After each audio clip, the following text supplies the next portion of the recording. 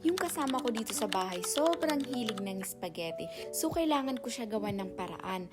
Kasi kung susundin natin yung Pinas version na spaghetti, magastos yun. Ang dami nating nilalagay, di ba?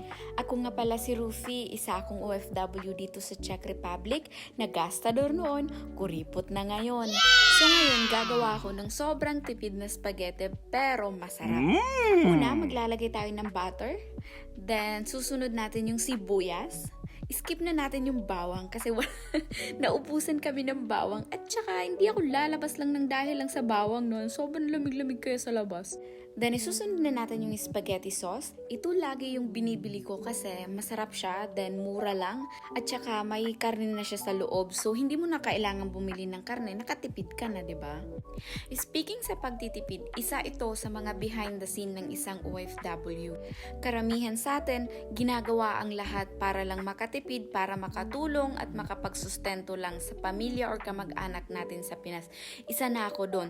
Kaya guys, kung kayo ay may mga kamag-anak or kapamilya na isang OFW at sinusuportahan kayo, please be mindful kasi hindi nyo alam kung ano yung mga hirap na pinagdadaanan nila para makatipid lang at makapagpadala lang sa inyo. In my own opinion lang, no guys. Para sa akin, wag natin itago kung ano yung sitwasyon natin dito sa ibang bansa. Kasi para alam nila at na-appreciate nila kung ano lang yung kaya nating ibigay. Yung iba kasi sa atin, nahihiyang sabihin yung totoo nilang sitwasyon dito sa ibang bansa kasi natatakot sila sa sasabihin ng ibang tao. Guys, wag nyo isipin yung sasabihin ng ibang tao. Lalo na yung mga kapitbahay nyong walang ambag sa pag-alis mo.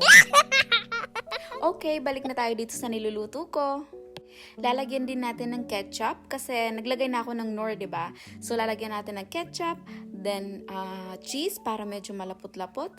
Then voila, tapos na. Mukha siyang masarap, 'di ba? Masarap naman talaga 'yan. Syempre ako nagluto eh.